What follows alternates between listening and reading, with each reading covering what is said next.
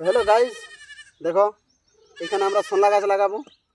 তো বন্ধুরা এত শক্ত না মাটিটা পুঁতেও পারছি না।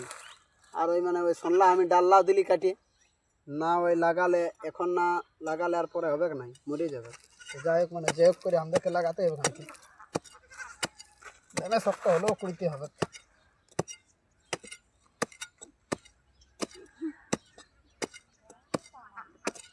বাপরে কি শক্ত রে মাটিটা।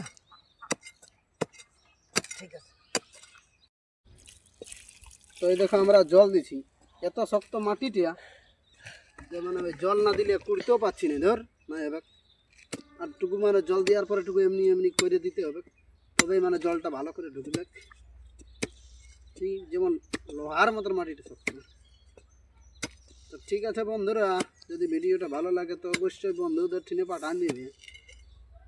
Tata, bye bye.